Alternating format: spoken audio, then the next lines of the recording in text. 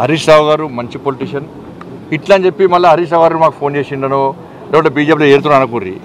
నేను ఓపెన్గా మాట్లాడతా, ఓపెన్గా అన్ని విషయాలు చెప్తా. ప్రజలు కూడా పేరుంది, ఉద్యమం చేసిన వ్యక్తి.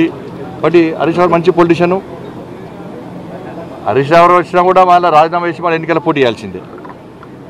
కాబట్టి హరీష్ రావు పోటీ చేస్తాడు, మంచి మనకు ప్రజాభిమానం ఉంది కాబట్టి ఈజీగా నిలబోగలుగుతాడు.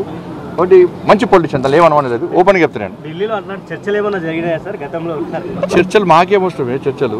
ఇప్పుడు బీఆర్ఎస్ పార్టీ ఏముంది చెప్పరాదు, బీఆర్ఎస్ పార్టీ చెప్పరాదు. 8 పార్లమెంట్ స్థానాలు మేము గెలిచాం, వాళ్ళు 0. ఒకప్పుడు కేసీఆర్ గిది అన్నాడు కదా, బీజేపీ ఏముంది అన్నాడు. ఇప్పుడు నేను అంటాను మీది ఏముంది అని నేను అంటున్నా.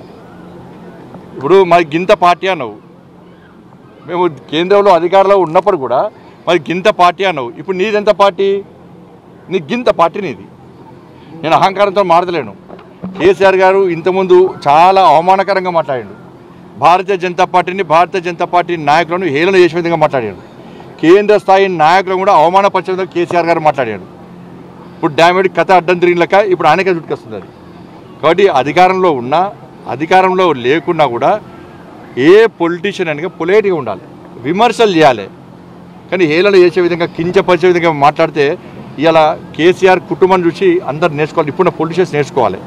అందుకని అధికారుల పార్టీ నాయకులు కూడా చెప్తున్నాను, మీరు అహంకారంతో గతంలో బీఆర్ఎస్ పార్టీ ఏ విధంగా వివరించిందో అట్నే వివరిస్తే మీ కూడా బీఆర్ఎస్ పార్టీ కొట్టే గతం మీకు కొడుతుంది.